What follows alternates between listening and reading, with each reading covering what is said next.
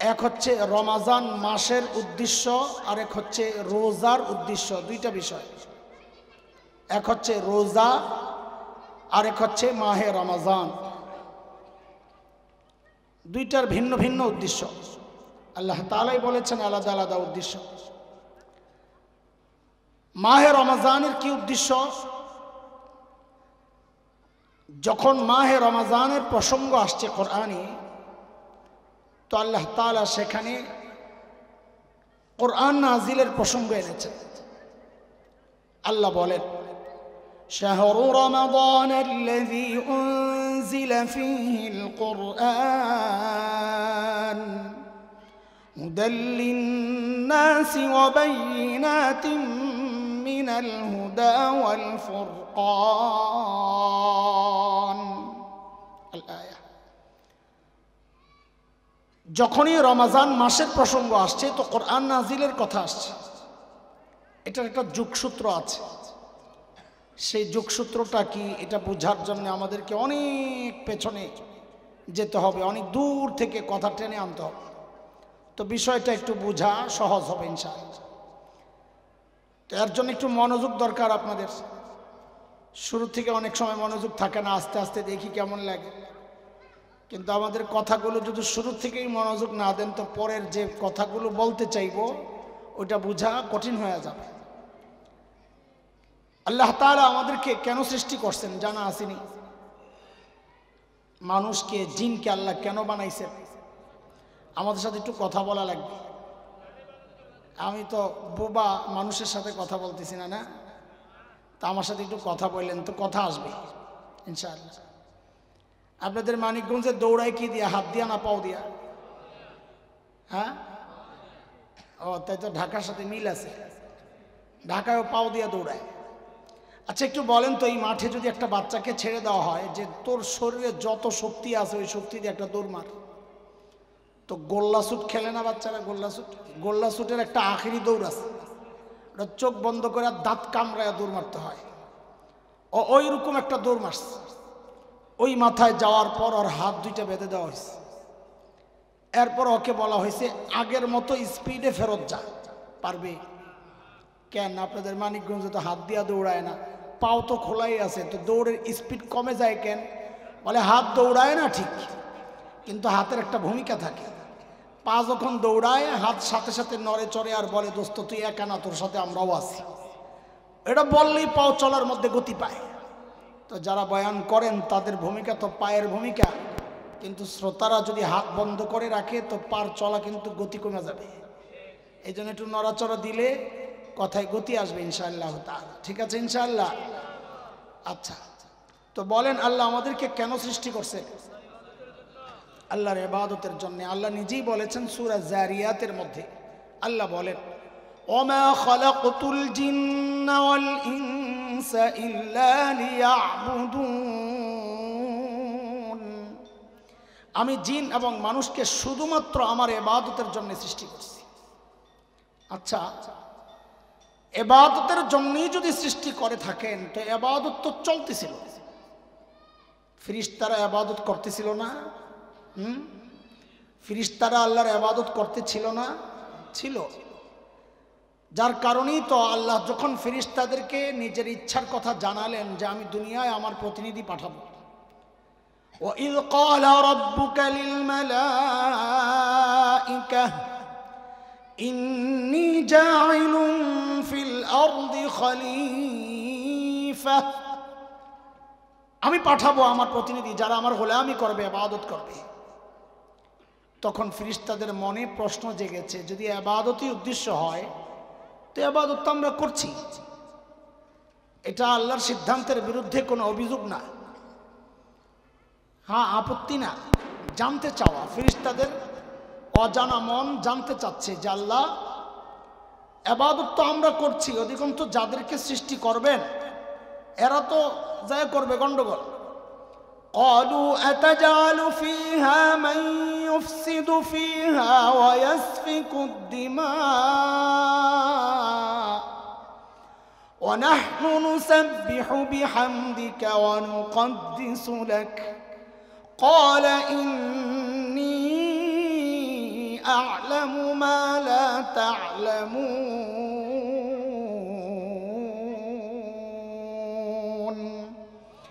আল্লাহ কাদেরকে বানাবেন? ওরা জায়াত করবে, গন্ডগোল, ওরা মারামারি করবে, কাটাকাটি করবে, রক্তারক্তি করবে। ইবাদত যদি মাকসাদ হয়, নাহনু নুসাব্বিহু বিহামদিকা ওয়া নুকদ্দিসু লাক, আপনার প্রশংসা, আপনার তাসবিহ, তাকদিস আমরাই তো করছি। তাসবিহ বলা হয় জবানে পবিত্রতা বর্ণনা করাকে, আর তাকদিস বলা হয় অন্তরে পবিত্রতা বর্ণনা করা, মানে হচ্ছে অন্তরে পোষণ করাকে। তো আমরাই তো আপনার প্রশংসা জবানেও করি, অন্তরেও লালন করি। এমন কাউকে কেন সৃষ্টি করবেন যারা ইবাদত করবে কিন্তু আবার গন্ডগোলও করবে? আমরা তো গন্ডগোল ছাড়াই করি, জানতে চাইতেছি। তো আল্লাহ তাআলা জবাবে কি বলেছেন? ইন্নী আ'লামু মা লা তা'লামুন, আমি যা জানি তোমরা জানো না। কি জানে না? কি জানতো না ফেরেশতারা? মুফাসসিররা অনেক ব্যাখ্যা দিয়েছেন। এর মধ্যে সবচেয়ে ভালো ব্যাখ্যা যেটা অনেকেই যেটা দিয়েছেন সেটা হচ্ছে যে আমি জানি তোমাদের মধ্যে বিরোধিতার কোনো শক্তি নাই, প্রতিপক্ষ ছাড়া, কোন রকমের বাধা ছাড়াই তোমরা ইবাদত করো। আমি এমন কাউকে সৃষ্টি করব যাদের মধ্যে প্রতিপক্ষ আছে, যাদের শয়তান প্রতিপক্ষ, নফস প্রতিপক্ষ, প্রতিপক্ষকে পরাজিত করে ওরা আমার ইবাদত করবে। তোমাদের ইবাদতের কোনো মূল্য আমার কাছে নাই। কেন?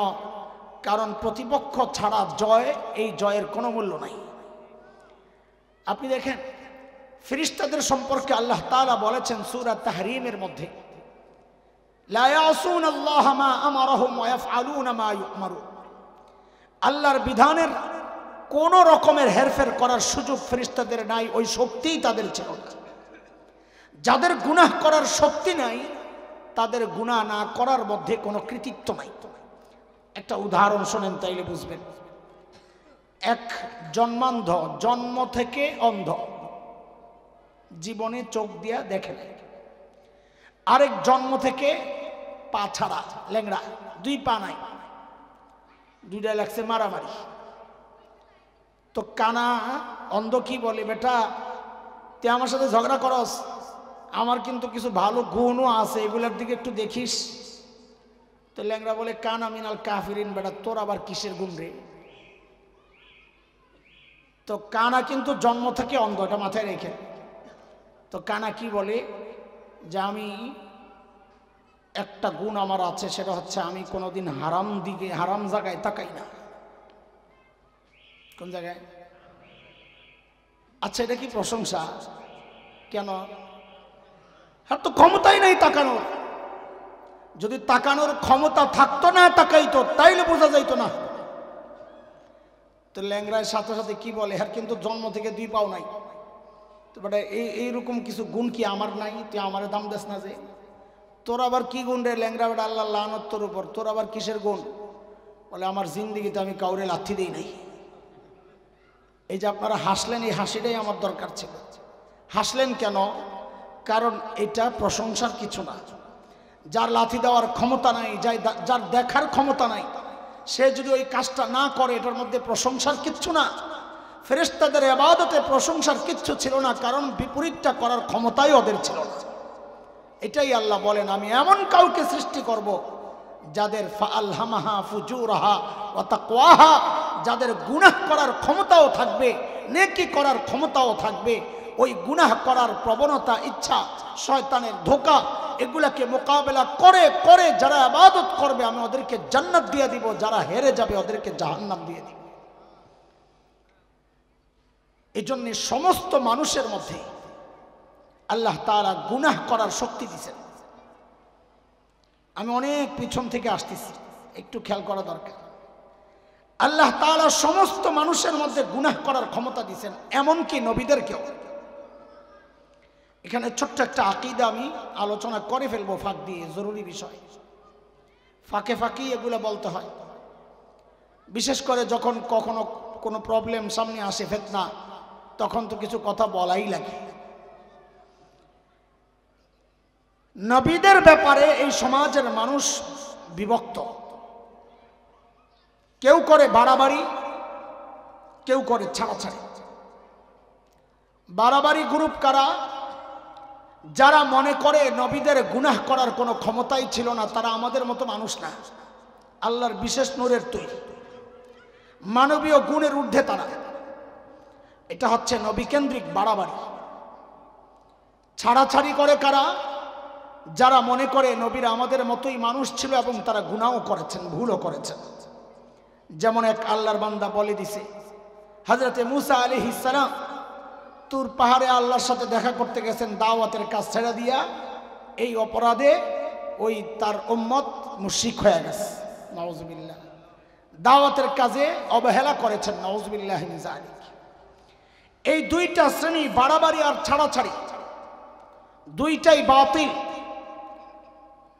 সিরাতে মুস্তাকিম যেটা জান্নাতের রাস্তা, যে কোনো বিষয়ে বাড়াবাড়ি আর ছাড়াছাড়ি মুক্ত, যেটা আমরা বলি মা বাইনাল ইফরাত ওয়াত তাফরিয়ত, মা বাইনাল বাড়াবাড়ি ওয়াল ছাড়াছাড়ি, মাঝখানের যেটা, নবীদের গুনাহ করার ক্ষমতা ছিল, কিন্তু কোন নবী নবুয়তের আগেও গুনাহ করেন নাই, নবুয়তের পরেও গুনাহ করেন নাই।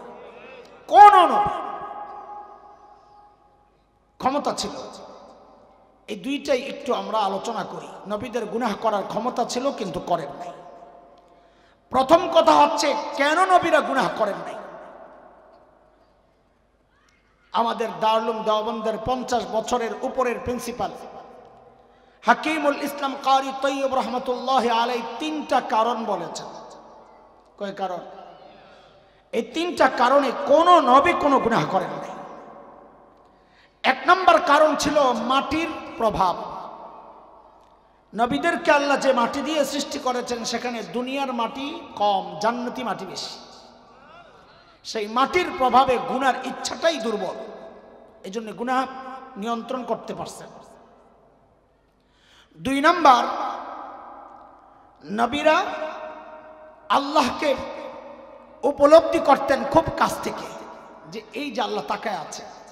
আমাদের নবীকে তো আল্লাহ বলেছেন সূরা তুরের শেষ দিকে, ওয়াসবির লিহুকমি রাব্বিক ফাইন্নাকা বিআয়ুনিনা, নবী আপনি আমার একদম দৃষ্টির মধ্যে, আমি তাকায় আছি আপনার দিকে। প্রত্যেক নবীর দিলের মধ্যে এই অনুভূতিটা ছিল যে আল্লাহ সরাসরি তাকায় আছে। এই ভয়ে গুনাহ করার ইচ্ছা জাগলেও সেটা দূর হয়ে যেত সাথে সাথে। একটা ছোট্ট গল্প শোনাই তো বোঝাটা সহজ হবে। কাসেম নানতবী রহমতুল্লাহ আলাইহি দারুল দেওবন্দের অন্যতম একজন আমাদের আকাবির। হযরতের এক বিশেষ গুণ ছিল, উপস্থিত জবাব দিতেন দারুণ। যে কোনো কঠিন প্রশ্ন উপস্থিত এমন জবাব দিয়ে দিতেন যে বিপক্ষ যদি হয়তো লা জবাব, পক্ষের হইলে দিল শান্তি। উপস্থিত। খাদেম একটা ছিল উল্টাপাল্টা, আল্লাহ ওয়ালা, দুনিয়ার ক্ষেত্রে উল্টাপাল্টা আর কি, মাজজুব বলি যাকে আমরা। মাঝে মধ্যে এমন আজিব আজিব প্রশ্ন করতেন, অন্যদের জন্য উপকার হইতো, যার এই আজিব প্রশ্ন করতে আর মাথায় ঢুকলো। তো একদিন কাসেম নানতবী রহমতুল্লাহ আলের পিছনে দাঁড়ায়া দাঁড়ায়া বড় এইরকম বড় পাখা, আগের হাত পাখা ছিল এরকম বড় বড়, এইভাবে ধরে ধরে বাতাস করতো। আমরা দিল্লিতে জাদুঘরে দেখছি মুঘলদের। তো দাঁড়ায় দাঁড়ায় পিছন থেকে এরকম বাতাস করতেছে আর জিজ্ঞেস করে, হযরত এই যে হাদিসের কথা, কোন জায়গায় যদি আল্লাহওয়ালার কবর থাকে, আশেপাশের কবরওয়ালারাও কিছু রহমত পায়। হুজুর, যার যার আমলের বিনিময়ে সে পাবে, ও রহমত কি জন্যে পাবে, অত করে নাই। তো দেখেন, এখন এই সাধারণ মানুষ তারে কোরআন হাদিস দিয়ে দলিল দিলে সে বুঝতে চাইবে না, তাকে সাধারণভাবেই বুঝাইতে হয়। তা হযরত আস্তে করে প্রশ্ন করছেন, এরে তুই বাতাস করস কারে রে? কয় আপনি রে। কয় দেখিস আশেপাশে কারো গায়ে যেন বাতাস না লাগে। কয় বুঝছি বুঝছি, জবাব বুঝছি। বুঝেন নাই আপনারা? এক জায়গায় রহমতের বাতাস লাগলে আশেপাশেও কিছু লাগতে হিসাব সোজা। তো মুজাফফরনগর দেওবন্দের পাশের থানা, সাহারানপুরের, ওখানের জেলারের সাথে হযরতের ব্যক্তিগত সম্পর্কের কারণে সাক্ষাতে যাচ্ছিলেন। তো মোটামুটি 1000 বা 1500 মিটার বাকি আছে, গেট দেখা যায় দূর থেকে। এর মধ্যেই পাগল এক প্রশ্ন করে বসছে, আজিব প্রশ্ন। কি? হযরত একটা জিনিস আমার বুঝে আসে না। বলে কি বুঝে আসে না? বলে আল্লাহ ওয়ালারা যখন কোনো ভবিষ্যৎবাণী করেন এটা কখনো ঠিক হয় কখনো ভুল হয়, কিন্তু নবীরা যত ভবিষ্যৎবাণী করেছেন সব 100তে 100 ঠিক। কারণটা কি? তো এখন হযরত এমন একটা ভাব নিতেন যে ওর ওই প্রশ্নের কোনো দামই দেন নাই। এই গেট কত দূর আছে রে, জেলখানার গেট কত দূর আছে রে? কত 1000-1500 মিটার হইতে পারে। আর কিছু করে চলতেছে ঠিক গেটের সামনে যায়, আয় দাঁড়া। এখন গেট আছে কত দূর? কয় এক হাত। কয় না বেশি, কয় না কম, কয় না এত নিশ্চিত করে কেমনে কইতাছ? কই যে কাছের থেকে কইছি যে, কয় আগে যে কইলি 1000 আর 1500, কয় দূর থেকে কইছি যে। ও আল্লাহ ওয়ালারা যে ভবিষ্যৎবাণী করে আল্লাহর সাথে নবীদের তুলনায় সম্পর্কটা একটু দূরের হওয়ার কারণে আন্দাজটা মাঝে মাঝে ঠিক হয়, মাঝে মাঝে ভুল হয়। নবীদের সম্পর্ক কাছাকাছি হওয়ার কারণে যা বলেন একদম দেখা ঠিকঠাক মতোই বলেন। তো নবীরা গুনাহ না করার এটাও একটা কারণ যে আল্লাহকে তারা উপলব্ধি করেন খুব কাছ থেকে। কয় কারণ বলেছি ভুলে গেছেন না? আমি কিন্তু মুরগি বানায় দেওয়ার অভ্যাস আছে, ফলাফাইন্ডে বলতেছি, বুড়ারা ডরায়েন না। আমাদের বয়ান শুধু বয়ান না, এটা ক্লাস। শিখতে হবে, মুখস্থ করতে হবে, বুঝতে হবে, আমি জিজ্ঞেস করলে বলতে হবে ইনশাআল্লাহ। নবীদের গুনাহ না করার 3 নম্বর কারণ, সমস্ত নবীকে আল্লাহ গুনাহ থেকে নিজে বাঁচাইয়া দিয়েছেন। কে বাঁচাইছে? আল্লাহ নিজে বাঁচাইছে। যেমন সূরা ইউসুফে হযরত ইউসুফ আলাইহিস সালাম সম্পর্কে আল্লাহ বলেছেন 24 নম্বর আয়াত। আল্লাহ বলেন, ওয়ালাকাদ হাম্মাত বিহি ওয়া হাম্মা বিহা লাউলা আরআ বুরহানা রাব্বিহি কাযালিকা লিনাসরিফা আনহু আস-সুআ ওয়াল ফাহশা ইন্নাহু মিন ইবাদিনাল মুখলাসিন।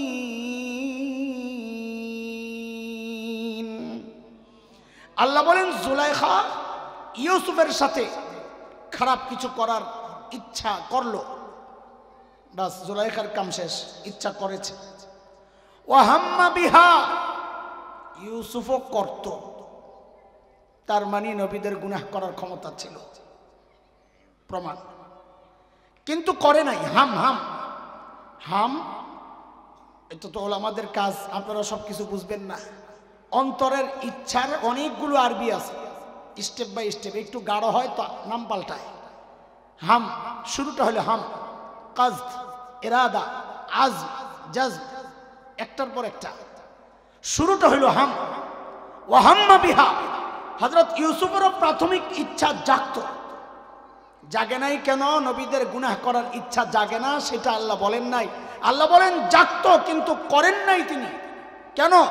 লাউলা আরআ বুরহানা রাব্বি, তিনি যদি আল্লাহর পক্ষ থেকে এই অপরাধের কি শাস্তি এটা যদি তিনি না জানতেন। কোন মুফাসসির লেখেন ওই ছাদের মধ্যে বাবা ইয়াকুব আলাইহিস সালামের ছবি ভেসে উঠছে, তিনি দাঁত দিয়া এইরকম আঙ্গুল কামড়াইতেছেন, কি করতেছ, এটা দেখাই ওনার ইচ্ছা শেষ হয়ে গেছে। তো আল্লাহ কি বলতেছেন? এই যে ইউসুফ গুনাহ থেকে বেঁচে গেছে, ওনার কৃতিত্ব না এটা। কাযালিকা লিনাসরিফা আনহু আস-সুআ ওয়াল ফাহশা, আমি আল্লাহ ইউসুফকে এইরকম অন্যায় অশ্লীল কাজ থেকে বাঁচাইয়া দিছি। তাইলে নবীদেরকে গুনাহ থেকে বাঁচাইছেন কে? জোরে বলেন কে? কোন নবী কোনো গুনাহ করেন নাই, এটা মাথায় রাখেন। আমাদের মধ্যে যে সমস্ত পণ্ডিতরা এই জায়গায় হাত দেয়, তাদের কিছু সস্তা দলিল আছে, সস্তা প্রমাণ, একেবারে হালকা কথাবার্তা। যেমন হযরত আদম আলাইহিস সালামকে নিয়ে আপত্তি করেছে যে নবীরা ভুল করে নাই, গুনাহ করেন নাই। এই যে হযরত আদম আলাইহিস সালাম আল্লাহর হুকুম অমান্য করে নিষিদ্ধ ফল খেয়েছেন কে খান নাই? আপনারা কথা বলেন, খাইছেন না খান নাই? যার কারণে আল্লাহ বলেছেন ওয়া আসা আদম রাব্বাহ, আদম তার রবের হুকুম অমান্য করেছে, কাজে গুনাহ করছেন। আমরা বলি হারে বোকা, আল্লাহর হুকুম অমান্য করলেই গুনাহ হয় না? আল্লাহর হুকুম অমান্য করলেই গুনাহ হয় না, এটা মাথায় ঢুকান আগে। এটা কি কথা বলে মৌলবীরা? হ্যাঁ, এই যে রমজান আসতেছে বুঝানো সহজ, রোজা রেখে খাওয়া জায়েজ না হারাম? কেউ যদি ভুলে খায় গুনাহ হবে। আরে জায়েজ পরে কইস গুনাহ হবে নি, রোজা ভাঙবি নি, আল্লাহর হুকুম অমান্য হয়েছে না হয় নাই? তাহলে বোঝা গেল আল্লাহর হুকুম অমান্য হইলেও কখনো কখনো গুনাহ হয় না। সেটা যদি অনিচ্ছায় ভুলবশত হয়, সেটা যদি ভুলে হয়। আদম যা করেছেন সেটা ভুলে করেছেন। প্রশ্ন করবে আদমের দিলের মধ্যে আপনি ঢুকছিলেন কেমনি জানলেন? বলে আপনি ঢুকছিলেন যে ইচ্ছা করে করছে।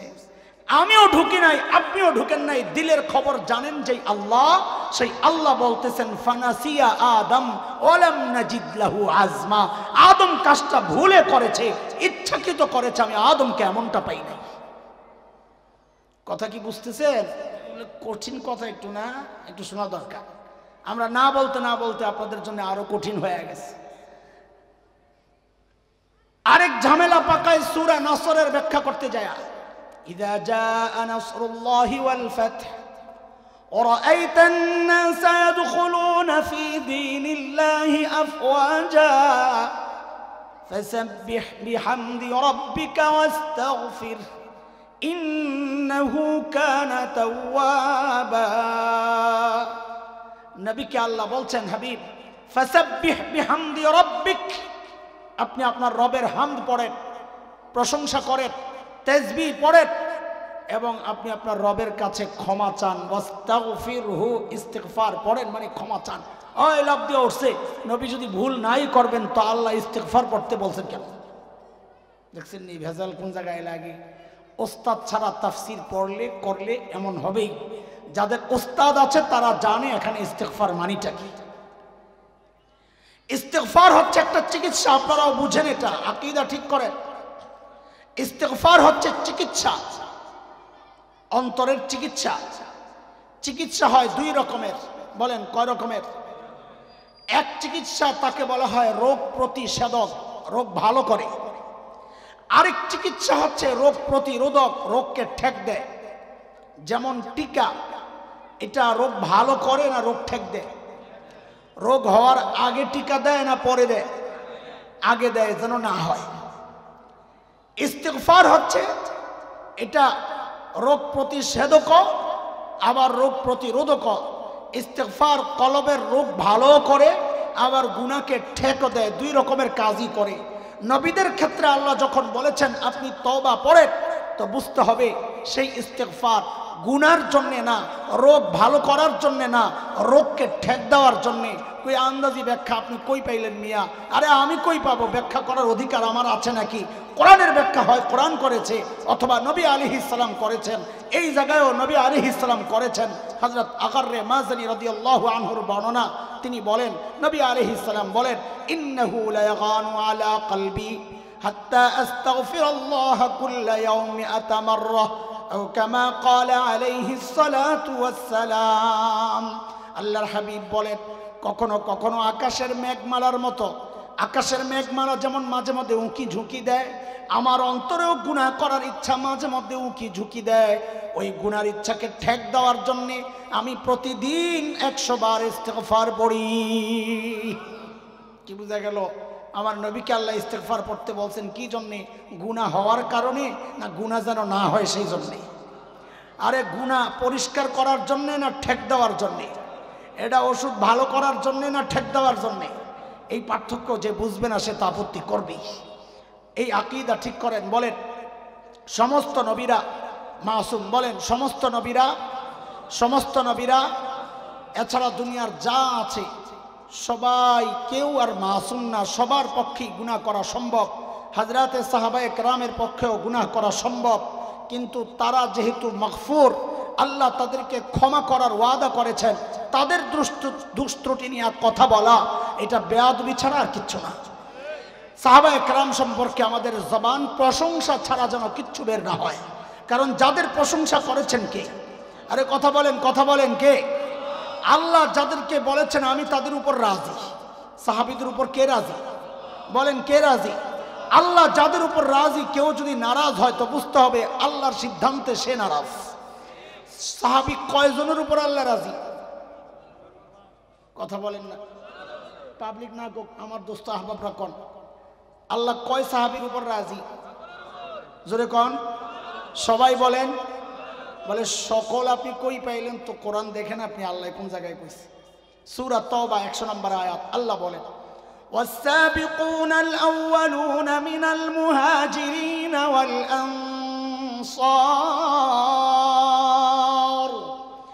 والذين اتبعوهم بإحسان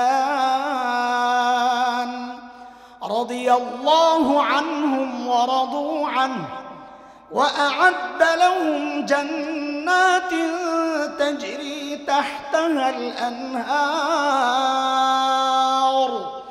خالدين فيها أبدا ذلك الفوز العظيم। দোস্ত, উলামারা খেয়াল করতে হবে, সাধারণ মানুষ এটা বুঝবে না। আল্লাহ বলেন রাদিয়াল্লাহু আনহুম। আন কি? আমাদের ছোট্ট বাচ্চা যারা শরহিয়াতে আমিল পড়ছে ওরা জানে আন আর মিনের পার্থক্য কি। আন লিত্তাবিঈজ, মিন লিল ইস্তিগরাক। কি রে কাকু আসেনি? আন মানে সব টোটাল বুঝায়, ইস্তিগরাক মিন হইল কিছু বুঝায়। আল্লাহ বলেছেন রাদিয়াল্লাহু আনহুম, আমি ওদের সবার উপর রাজি। আল্লাহু আকবার। আল্লাহ যাদের উপর রাজি, তুমি কথা বলার কি? এটা মনের মধ্যে বক্রতা থাকলেই সাহাবীদেরকে নিয়ে কেউ কটু কথা বলতে পারে। এটা শিয়াদের কাজ, সাহাবী দুশমনদের কাজ। আল্লাহর রাস্তে আমরা কেউ যেন সাহাবী দুশমন না হই, সবাই সাহাবীকে দিল থেকে ভালোবাসবো ইনশাআল্লাহ তাআলা। তাইলে আশা করা যায় সাহাবীদের সাথে আমাদের হাসর হবে ইনশাআল্লাহ। চলে গেছে কথা অনেক দূর, আবার চলেন পিছন থেকে আসি। আল্লাহ তাআলা ফেরেশতাদেরকে বলেছেন আমি এমন কাউকে সৃষ্টি করতে চাই যারা গুনাহ করার ইচ্ছা থাকবে, প্রতিপক্ষকে পরাজিত করে করে ওরা আগাবে। ওই জয়ের মূল্য আছে যেই জয়ের মধ্যে প্রতিপক্ষ আছে। ঠিক কিনা বলেন? প্রতিপক্ষ যত শক্তিশালী হয় জয়ের মূল্য তত বেশি হয়। হ্যাঁ, পাড়ার মহল্লার কাউরে হারাইলে কি বিশ্বকাপ পাওয়া যাবে? বিশ্বকাপ পাইতে হইলে আর্জেন্টিনারে হারাইতে হইব না? প্রতিপক্ষ শক্তিশালী হইলে কাপও শক্তিশালী দামি হয়, প্রতিপক্ষ দুর্বল হইলে কাপও দুর্বল, প্লাস্টিকের ট্রফি ধরাই দিব লতর বিশ্বকাপ। আল্লাহ তাআলা আমাদের সামনে ভয়ঙ্কর দুই প্রতিপক্ষ রাখছেন, শয়তান আর নফস। একে পরাজিত করেই আমাদেরকে আল্লাহর যে উদ্দেশ্য সেই উদ্দেশ্যের দিকে আগাইতে হবে। একটু ছোট্ট করে আমি আর একটু পেছনের দিকে যেতে চাই। মনোযোগ না থাকলে এলোমেলো কথা মনে হবে। আমি কিন্তু লাইনে আছি, আপনি দেখেন পরে জোড়া টোরা লাগাই দেবো না ইনশাআল্লাহ। আচ্ছা বলেন তো, আমার ডান পাশে একজন পাগড়িওয়ালা হুজুর এই বসে আছে, আল্লাহর বান্দা, ধরেন কথার কথা জান্নাতি। কথার কথা কি জন্য বলতেছি ভাই আবার রাগ না করে, বলতেছি জান্নাতি না জাহান্নামী এটা আমি জানি, তা আমি কেমনে বলবো? বাহ্যিকভাবে তো মনে হচ্ছে তিনি জান্নাতি, কিন্তু আমরা তো ওই তৈলাক্ত কথা, তেল এত বেশি পিছলে বের হয়ে যায় মাঝে মাঝে, এই লোক জান্নাতি। কথা বুঝেন নাই? কথার মধ্যে এত তেলের কারণে একটু যে টাইট রাইখা কথা ছাড়বে ওই সুযোগ আর থাকে না। অমুক তো জান্নাতি, তেল দিতে দিতে ডাইরেক্ট জান্নাতি বানায় দিছে। খবিশ কোথাকার। আল্লাহর সিদ্ধান্তের মধ্যে আঙ্গুল দেওয়া। কেউ যদি বলে অমুকে জান্নাতি, এটা আল্লাহ ছাড়া কারো বলার অধিকার নাই। বলে নবী আলাইহিস সালাম যে বলেছেন যে আল্লাহ জানাইছেন সেই জন্য বলেছেন। কথা বলেন? হ্যাঁ। তো ধরেন আমার ভাইটা জান্নাতি। আচ্ছা জান্নাতে আমরা আল্লাহকে দেখবো কিনা? মনোযোগ লাগবে এই কথাটা বোঝার জন্য। জান্নাতে ইমানদাররা আল্লাহকে দেখবে কিনা? আপনাদের দেখার ইচ্ছা আছে কিনা? কে কে দেখতে চাই? ইনশাআল্লাহ মারহাবা, আলহামদুলিল্লাহ, আমিও দেখতে চাই। ও হ্যাঁ, পিছন দিকটা আতুরে দিয়ে গেছে। ঠিক আছে। আল্লাহর হাবিব সাল্লাল্লাহু আলাইহি ওয়াসাল্লাম বলেন, কি রে ভাই দুরূদ পড়লেন না যে? এই কোন অভ্যাস আপনাকে? আমরা কিয়ামের বিরোধিতা করতে করতে নিজেরা দুরূদ পড়া ছেড়ে দিছি। এটা এক চরম তিক্ত বাস্তবতা। ভাই বাড়াবাড়ি যেমন খারাপ, ছাড়াছাড়িও খারাপ। দুরূদের ব্যাপারে কোনো কৃপণতা নাই ইনশাআল্লাহ। ঠিক আছে ইনশাআল্লাহ? বলেন মহব্বতের সাথে পড়েন সাল্লাল্লাহু আলাইহি ওয়াসাল্লাম। আল্লাহর হাবিব বলেন, ইন্নাকুম সাতারাউনা রাব্বাকুম কামা তারাউনাল কমার লাইলাতাল বাদর। আরে আমার উম্মত, জান্নাতে তোমরা সবাই আল্লাহকে এমন স্পষ্ট দেখতে পাবা পূর্ণিমার রাতে পূর্ণিমার চাঁদকে যেমন সবাই দেখতে পাও, সুযোগ করে দিয়েছেন। ওই যে রমজান মাসের উদ্দেশ্য মনে আসেনি পিছনের কথা, এতক্ষণ আলোচনা কি হইতেছে, রমজান মাসের উদ্দেশ্য। বলে কবর কেমনে করবি, তো আল্লাহ বলেন কবর করার সুযোগ দিলাম, আমল করবি একটা, আমল নামায় উঠাইয়া দিব 10টা। মান জাআ বিল হাসানাহ ফালাহু আশরু আমসালিহা। রমজান মাস দিয়ে দিলাম। নবী আলাইহিস সালাম বলেন মান আদ্দা ফরিদাতান ফি কানা কামান আদ্দা 70 ফরিদাতান ফি মা সিওয়া। যে রমজানে ফরজ আদায় করবে একটা, আমি আল্লাহ তার আমল নামায় উঠায়া দিব 70টা। আগে তো 10 গুণ বাইরেই রয়েছে, এখন 70 দিয়া 10 গুণ দিলে হয়ে যায় 700। কত যা যা আমি তোরে দিয়ে দিলাম মক্কাতুল মুকাররমা মসজিদুল হারাম, সেজদা দিবি একটা, আমি আমল নামায় উঠায়া দিব 1 লাখ। আল্লাহু আকবার। আর সেটা যদি হয় রমজান মাসে তো 70 লাখ। যদি লাইলাতুল কদর পাওয়া যায় তত কামসারা, একবারই কামসারা। কেন লাইলাতুল কদরের দাম কত কন্ত দেখি জোরে সরে? 1000 মাস সমান সমান বেশি। একটা সংখ্যা কর না, কত হইতে পারে?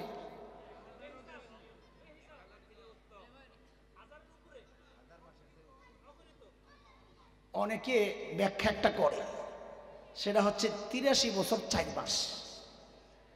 আমি বলি হিসাব করছো তো ঠকছো। বলেন হিসাব করছো তো ঠকছো। কেন? আল্লাহ বলেন উত্তম, উত্তম 1000 মাসের চেয়েও উত্তম। এটা একটা আমরা আরবিতে বলি আমরা এজাফি, আপেক্ষিক শব্দ। কত উত্তম বলে কত, এটা যে বলে তার হিসাবে হয়। রাস্তায় চলছেন, এক ফকিরের সাথে দেখা, ফকির আপনাকে ডেকে বলছে এই কালকে একটু দেখা করিস, তোরে অনেক কিছু দিব। তা আপনি মনে মনে হাসবেন, বেটা নিজে ভিক্ষা করে খায়, আমারে বলে অনেক কিছু দিব, পাগল কথা। একই কথা যদি এলাকার এমপি সাহেব বলেন এই কালকে দেখা করে তোমারে অনেক কিছু দেব, এখনো কি মনে মনে হাসবেন না আশাবাদী হবেন? কেন? কথা তো একটাই, বলে ওই যে ব্যক্তির ওজন বাড়ছে তো অনেকেরও ওজন। একই কথা যদি মাননীয় প্রধানমন্ত্রী বলেন যে কালকে দেখা করিস অনেক কিছু দিব, আপনারা কি করবেন জানি না, আমি তো সারা রাত ঘুমাবো না। কেন? ব্যক্তির ওজন বাড়ছে তো অনেকেরও ওজন বাড়ছে। আল্লাহ বলতেছেন 1000 মাসের চেয়েও দামি। বলে আল্লাহ কত দামি? আল্লাহ বলেন কি তুই আমারে যেমন মনে করস তত দামি। আনা বিজন্নি আদিবি, আমার সম্পর্কে আমার বান্দার ধারণা যা আমি তা। তা আমাদের ধারণা কি করব? আল্লাহ যেই পরিমাণ আমল হইলে জান্নাতের ওই নিয়ামত ভোগ করা কবর হবে, আল্লাহ আমাদের লাইলাতুল কদরে এর চেয়ে দামি বানায়া দিবে। কারবার দেখছে? এই সুযোগগুলো আল্লাহ দিয়েছেন কেন? আমি যেন অনন্তকাল জান্নাতের নিয়ামত ভোগ করার জন্য কবর করতে পারি। কারণ ইবাদত তো করতে হবে। তারপরেও কি কবর হয়ে গেছে আপনি মনে করেন? এই যে এক একটা নিঃশ্বাস ফেলছি, দুনিয়ায় যা নিয়ামত ভোগ করছি, দুনিয়ার নিয়ামত যা ভোগ করি এই ইবাদত, সেটা দিয়েই তো কবর হয় না। আখিরাতের নিয়ামত তো দূরের কথা। তাইলে কি করা? বলে শেষ ভরসা আল্লাহর রহমত। কি বলেন? কি আরে কথা বলেন? কি আল্লাহর রহমত? বলে আল্লাহর রহমত মানি, বলে রহমতের অর্থই এটা যে তুমি যতটুকু উপযুক্ত তার চেয়ে বেশি দেওয়া। একজনের বেতন 1000 টাকা, 1000 টাকা দিয়েছে, আপনি বলবেন না আমার উপর দয়া করছে। যদি 1000-এর জায়গায় 2000 দিয়ে দেয় তো আপনি বলবেন লোকটা আমার উপর দয়া করছে, বেতন পাইতাম 1000 দিয়েছে 2000। রহমত মানি এটা। আমার সাথে বলেন রহমতের অর্থটা মুখস্থ করেন তো বুঝাইতে সহজ হবে। বলেন কাজ কম মজুরি বেশি। সবাই বলেন, সবাই বলেন, সবাই বলেন। একটু উদাহরণ দিলে বোঝা সহজ হবে। এই যে আজকে বুখারীতে পড়াবেন হুজুর, হুজুর চলে আসছেন, যে আর কথা কওয়া যাবে না। আল্লাহ হযরত মাশাআল্লাহ জাযাকুমুল্লাহ বারাকাল্লাহ। হুজুর কেমন আছেন?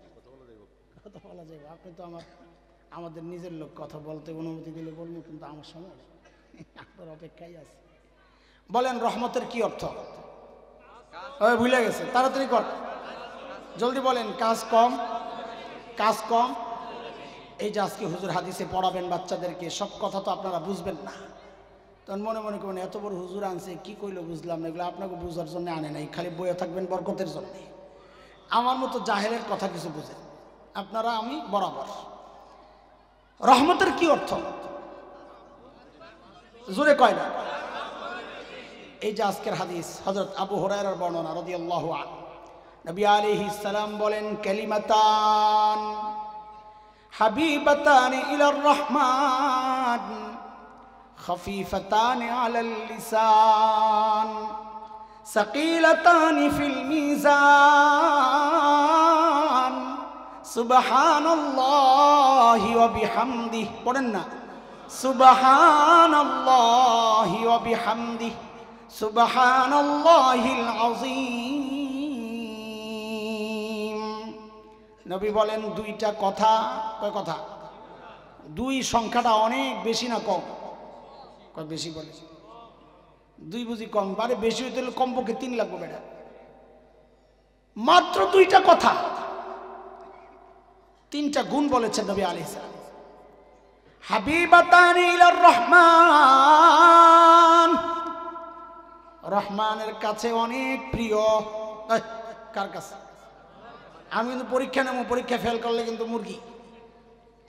দুইটা কথা কার কাছে অনেক প্রিয়? আবার কোন? মাশাআল্লাহ, পাস। অনেকে আল্লাহর কাছে কয়ালায়, এটা বলা যাবে না। কি বলতে হবে? আচ্ছা থাক, আপন হালতে ছেড়ে দেন না। কার কাছে প্রিয়? তাড়াতাড়ি কোন?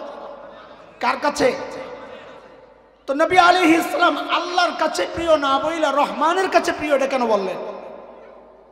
এটারে খালি প্রশ্নটা কইরা রাইখা দেন, আগান সামনে।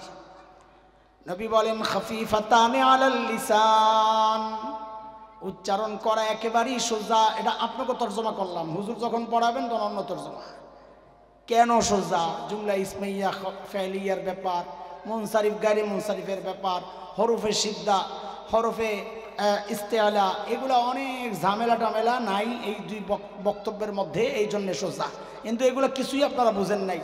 আপনারা বুঝেন যে কথা বলার সময় বেশি কষ্ট লাগে না, এই দুইটা বাক্য বলার সময় ওযু নষ্ট হয় না, এই দুইটা বাক্য বলার সময় ঘাম ছুটে যায় না, বাস।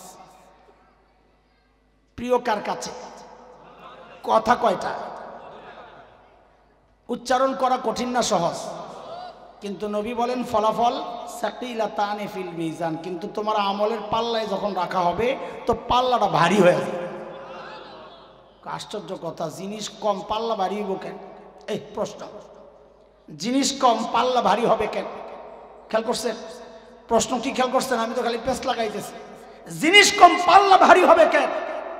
তো নবী আলাইহিস সালাম জবাব পিছনে দিয়ে আসছেন, পছন্দ কার? আবার কয় আল্লাহর। এইটাই তো বেজাল লাগাইছে, পছন্দ হইছে কার? কার কার? কয় রহমানের গুণই এমন, তুমি কাজ করবা কম, আমল অল্প, কিন্তু দিবেন বেশি। কথা বুঝেন নাই? আরে রহমানের গুণই এটা, কাজ কম মজুরি বেশি, তোমার কথা অল্প হইল, আমল নামায় আল্লাহ এটারে ভারী বানায়া দিবেন। সুবহানাল্লাহ। ওই যে বলতেছিলাম, আল্লাহ বানাইছেন ইবাদত কইরা জান্নাত কিন্না তারপরে দুনিয়া থেকে যাওয়ার জন্য, কিন্তু আমার আপনার আমল ইবাদত তো অতটা কভার হবে না। আল্লাহ সুযোগ দিয়েছেন রমজান মাস, নে কভার কইরা লো, পারুস নাই লা লাইলাতুল কদর দিলাম, পারুস নাই লা মসজিদে হারাম দিলাম, পারুস নাই তো তুই করবি কি? যা আমার রহমতের আশায় বয়া থাক। রমজানের উদ্দেশ্য হচ্ছে সারা বছর আল্লাহ আমাকে বানাইছেন ইবাদতের জন্য, তাইলে তো এখন আমার খানা ছেড়ে দেওয়ার কথা ছিল, ঘুমানো ছেড়ে দেওয়ার কথা ছিল, সারাক্ষণ বসে বসে ইবাদত করার কথা। তা না করে মাঝে মধ্যে আইসা মসজিদে হাজিরা দিই, কাম চলে। বিষয় কি? আল্লাহ সুযোগ দিছেন, যা। বাকি সময় হযরত মুফতি তাকি উসমানী দামাত বারাকাতুহুল আলিয়া সূরা আহজাবের 41 নম্বর আয়াতের ব্যাখ্যায় বলেছেন, ইয়া আইয়ুহাল্লাযীনা আমানু যকুরুল্লাহা যিকরান কাসীরা, ওই ইমানদার আল্লাহর জিকির বেশি বেশি করো, বেশি বেশি করো, বেশি বেশি করো। কয় রে বাপ রে বাপ, আল্লাহ বলছেন বেশি, তো কত বেশি দরকার? কেমনি করুম এত জিকির? তো হযরত তাকি উসমানী দামাত বারাকাতুহুল আলিয়া সহজ করে দিয়েছেন, বেশি বেশি জিকির কেমনে করবা? সারাদিন যত কাজ করবা সুন্নত তরিকায় করো, তো বেশি বেশি জিকির হয়ে যাবে। কেন? কারণ এটা সুন্নতের পাওয়ার। সুন্নতের পাওয়ার। আয় মুসলমান খেয়াল করেন, সুন্নতের পাওয়ার। রুটিন যে কাজ, এটাকে আমরা আরবিতে বলি আদত। সুন্নতের পাওয়ার, এই আদত রুটিন কাজকে যদি সুন্নত দ্বারা সাজানো হয়, সুন্নতের এত পাওয়ার যে সুন্নত আদতকে ইবাদত বানায় দেয়। বলেন, আদতকে কি বানায় দেয়? আমার স্বাভাবিক কাজ, আমি পানি পান করতেছি, সুন্নত তরিকায় করলে ওই আদত, ওই পানি পান করাটাকে আল্লাহ ইবাদত বানায়া দেন। আমি ঘুমাইতেছি, সুন্নত তরিকায় ঘুমাইলে আল্লাহ ঘুমকে ইবাদত বানায়া দিবেন। আমি খাইতেছি, সুন্নত তরিকায় খাইলে আল্লাহ আমার খাওয়াকেও ইবাদত বানায়া দিবেন। কেন? এটা সুন্নতের পাওয়ার, সুন্নত আদতকে ইবাদত বানায়া দেয়। আমার তো দরকার ছিল সারাক্ষণ ইবাদত করা, কিন্তু আমার জন্য মুশকিল হয়ে যাবে, তা আল্লাহ সহজ করে দিয়েছেন যে তুই মাঝে মাঝে ইবাদত করবি, মাঝে মাঝে নিজের কাজ করবি, কিন্তু সেই কাজগুলো সুন্নত তরিকায় করলে আমি সেগুলোরও ইবাদত বানায়া দিব। কিন্তু বছরে একটা মাস এসে যেন আমাকে আপনাকে ডাক দেয়, এর অন্তত একটা মাস আসল উদ্দেশ্যের দিকে ফেরত আসো। অন্তত একটা মাস আসল উদ্দেশ্য ইবাদতের দিকে ফেরত আসো। মানে কি? মানে হচ্ছে সারা বছর আমরা দুনিয়ার ফাঁকে ফাঁকে করছি আখিরাতের কাজ, একটা মাস এমন ভাবে সাজানো আখিরাতের কাজের ফাঁকে ফাঁকে করব দুনিয়ার কাজ। এটা হচ্ছে আসল উদ্দেশ্যের দিকে ফেরত আসা। এটা হচ্ছে রমজান মাসের উদ্দেশ্য, যে আমরা আমাদের মূল উদ্দেশ্যের দিকে ফেরত আসবো। এই জন্য আপনাদেরকে দাওয়াত দিয়ে যাই, রমজানের দাওয়াত। হুজুর চলে আসছেন, আমি আর রোজার উদ্দেশ্যের দিকে ঢুকলাম না। রোজার উদ্দেশ্য গুণামুক্ত জীবনযাপনে অভ্যস্ত হওয়া, সেটা ঢুকলাম না। রমজানের উদ্দেশ্যটা আগে মাথায় ঢুকান। রমজান আমার ব্যবসা করার জন্য আল্লাহ তাআলা আমাকে রমজান মাস দেন নাই।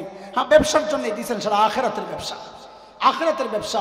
সারা বছর যে ত্রুটিগুলো হয়েছে এগুলারে মাফ করানোর জন্যে, সারা বছর যে ঘাপলাগুলো হয়েছে, ঘাটতিগুলো হয়েছে, এগুলো পূরণ করার জন্যই আল্লাহ রমজান মাস দিয়েছেন। তেলাওয়াতের মাধ্যমে, নামাজের মাধ্যমে আমরা সেই ঘাটতিগুলো পূরণ করব। পদ্ধতিটা কি? হযরত মুফতি তাকি ওসমানী দামাত বারাকাতুহুল আলিয়া বলেন, পদ্ধতি হচ্ছে রুটিন বানাও। কি বানাও? বিশেষ করে যুবকদেরকে বলছি, রুটিন বানাও। রুটিন বানানোর সময় তুমি পেছনের বছর 11 মাসের হিসাব মিলাও, কোন কোন আমলটা না করলেও চলতো রমজান মাসের, এর বাদ দিয়ে দাও। 5 ঘন্টা হয়েছে, কয় ঘন্টা আনুমানিক, কয় ঘন্টা? আমি একটা উদাহরণ দিই, তাইলে বুঝবেন কেমনে 5 ঘন্টা বাসে। যেমন ফেসবুক টিপা টিপি না করলেও চলতো কিনা। এই যে মুরব্বী বুড়ারা, আমিও বুড়া হয়ে গেছি, এখন যে ফেসবুক চালাই না, আমার ভাত হজম হয়নি, টয়লেট ক্লিয়ার হয়নি, ঘুম হয়নি, তোর চেয়ে ভালো ঘুম হয়। তোর তো ওই ফেসবুক চালায় আর ঘুম হয় না, মাথার মধ্যে ভাইরাস ঢুকে। হ্যাঁ, ওই আলোতে সমস্যা হয়, নেটের চার্জের সমস্যা হয়। আরে নারকেল গাছ মহিলা যায় টাওয়ার থাকলে, আর এখানে তোর কি হয়, এত কাছে নিয়ে দেখোস যে মগজ নষ্ট হয়ে যায়, তোর তো ক্ষতি হয়। আমার তো মাথা ঠান্ডা থাকে, আমি যাই শুইনি, ঘুমায়া যায়। তো এই একটা মাস যদি ফেসবুকটা ছাড়া যায়, আমার কাছে কেন যেন মনে হয় কমপক্ষে 3-4 ঘন্টা বেঁচে যাবে। এটার কোনো প্রয়োজন তো নাই। অদুস্থ যুবকদেরকে বিশেষ করে আহ্বান করে যাই, রমাদানের প্রস্তুতির অংশ প্রতিজ্ঞা করো যে আমি ফেসবুক চালাবো না, আমি ইউটিউব চালাবো না। ওই টাইমটার ভেতরে কোরআন আল কারীমের তিলাওয়াত ঢুকাও। কারণ সারা বছর এই ফেসবুক আমার তিলাওয়াতকে খাইছে, সারা বছর এই ফেসবুক আমার জিকিরকে খাইছে, আমার তাসবিহকে খাইছে। সারা বছর এই ফেসবুক গীবতের পসরা সাজাইছে। সারা বছর এই ফেসবুক আমাদের মুরব্বীদেরকে উলঙ্গ করেছে, আমাদের আল্লাহ ওয়ালাদেরকে উলঙ্গ করেছে, আমার শিক্ষা ব্যবস্থাকে উলঙ্গ করেছে, হুমকির মুখে ঠেলে দিয়েছে এই ফেসবুক। একটা মাস অন্তত এই দুষ্ট চক্র থেকে নিজেকে বাঁচাও না। এটা হচ্ছে অপ্রয়োজনীয় কাজ। প্রয়োজনীয় কাজগুলা সামনে আনো, ঘুম, খাওয়া, নিজের প্রয়োজনীয় কাজগুলো করা। ওই প্রয়োজনীয় কাজগুলোর টাইম কমাও। সারা বছর ঘুমাইছো 7 ঘন্টা, রমজানে 5 ঘন্টা ঘুমাও, 2 ঘন্টা বের হয়ে গেল গা। হ্যাঁ, সারা বছর খাইতে লাগাইছো 2 ঘন্টা, রমজানে 1 ঘন্টা খাও, তোমার 1 ঘন্টা বেঁচে গেল গা। এটা কথার কথা বলতেছি। 24টা ঘন্টা এভাবে সাজায়া সাজায়া দেখেন, আল্লাহকে সাক্ষী রেখে বলছি, আমি নিজেও দেখেছি 5 থেকে 6 ঘন্টা অতিরিক্ত আপনি পাওয়া যাবেন। ওই অতিরিক্ত টাইমটাকে তিলাওয়াত আর নামাজ আর তাসবিহর মধ্যে লাগায়া দেন, তো রমজান যে ইবাদতের মাস, এটা আল্লাহকে আপনি দেখাইতে পারবেন আমি মেনেছি এটা ইবাদতের মাস। আল্লাহ আপনার সারা বছরকে ইবাদত হিসাবে, ইবাদতের মাস হিসাবে যেন আপনি পালন করতে পারেন, সে তৌফিক আল্লাহ আমাদেরকে দিয়ে দিবেন ইনশাআল্লাহ তাআলা। হাকিমুল উম্মাত থানভী রহমতুল্লাহ আলাইহি বলেছেন, রমজানে যে কাজের প্র্যাকটিস হয় ওই কাজটা সারা বছর আল্লাহ করার তৌফিক দিয়ে দেন রমজানের বরকতেটা। এই জন্য আমরা রমজান আসতেছে, আমরা প্রস্তুতি নেই ইনশাআল্লাহ। দুইটা প্রতিজ্ঞা করি, এক হচ্ছে রুটিন বানাবো ইনশাআল্লাহ। যুবকরা কথা বানাবি না ইনশাআল্লাহ? হ্যাঁ ইনশাআল্লাহ। বুড়ারা কোন মানাবেন না ইনশাআল্লাহ? ইবাদতের মাস বানাবো না ইনশাআল্লাহ। 2 নম্বর প্রতিজ্ঞা, একটা মাস অন্তত গুনাহমুক্ত থাকবো ইনশাআল্লাহ। 3টা অঙ্গরে গুনাহ থেকে বাঁচাইলে আমার হাজারো গুনাহ বাইচা যাবে। চোখটারে বাঁচাবো, কানডারে বাঁচাবো, জবানডারে বাঁচাবো ইনশাআল্লাহ। বলেন ইনশাআল্লাহ। চোখ কান জবান, বলেন চোখ কান, চোখ কান জবান। জবান কারো গীবত করব না, অশ্লীল কথা বলবো না, হ্যাঁ, আর কান দিয়া কারো গীবত শুনবো না, এই চোখ দিয়া হারাম জায়গায় তাকাবো না। কসম করে বলছি হাজারো গুনাহ থেকে বেঁচে যাবেন ইনশাআল্লাহ। আল্লাহ তাআলা আমাদের রমজানের হক আদায় করা এবং রমজান গুনাহমুক্ত থাকার তৌফিক দান করেন। যে উদ্দেশ্যে আল্লাহ রমজান মাস আমাদেরকে দিয়েছেন, রোজা দিয়েছেন, সেই উদ্দেশ্য যেন আমাদের দ্বারা হাসিল হয়, আল্লাহ সেই তৌফিক দান করেন। আমিন। ও আখিরু দাওয়ানা আলহামদুলিল্লাহি রাব্বিল আলামিন। হুজুরের হুকুম পায়া 2টা কথা বলছি, তারপরও কষ্ট পাইলে আপনারাও যদি কষ্ট পান মাফ করে দিয়েন। আমি দোয়া চাই আল্লাহ আপনাদেরকে কবুল করেন। এখন ওঠাউঠি করা মানে এই বুখারীর মতো তো দামি কিতাবের সাথে বেয়াদবি করা, ওঠাউঠি করা, নিজেকে বঞ্চিত করা। হাদিসের দর্শ হবে, আরে এই একটা দর্শের মধ্যে বসার কারণে হইতে পারে এটা আমার আপনার নাজাতের ওসিলা হয়ে যাবে। নবী আলাইহিস সালামের সাথে একটা সম্পর্ক হয়ে যাচ্ছে। আপনারা এগুলো সরাও, এগুলো সরাও। নবী আলাইহিস সালামের সাথে একটা সম্পর্ক আপনার হয়ে যাচ্ছে। আলহামদুলিল্লাহ, আল্লাহ কবুল করেন। আমরা বসি ইনশাআল্লাহ। হ্যাঁ, ওঠাউঠি করবো না, বেয়াদবি হবে, এটা হাদিসের কিতাবের সাথে। আল্লাহ তাআলা হযরতকে লম্বা নেক হায়াত দেন। আল্লাহ এই মাদ্রাসাকে কবুল করেন। আমিন। ওয়া আখিরু দাওয়ানা আলহামদুলিল্লাহ।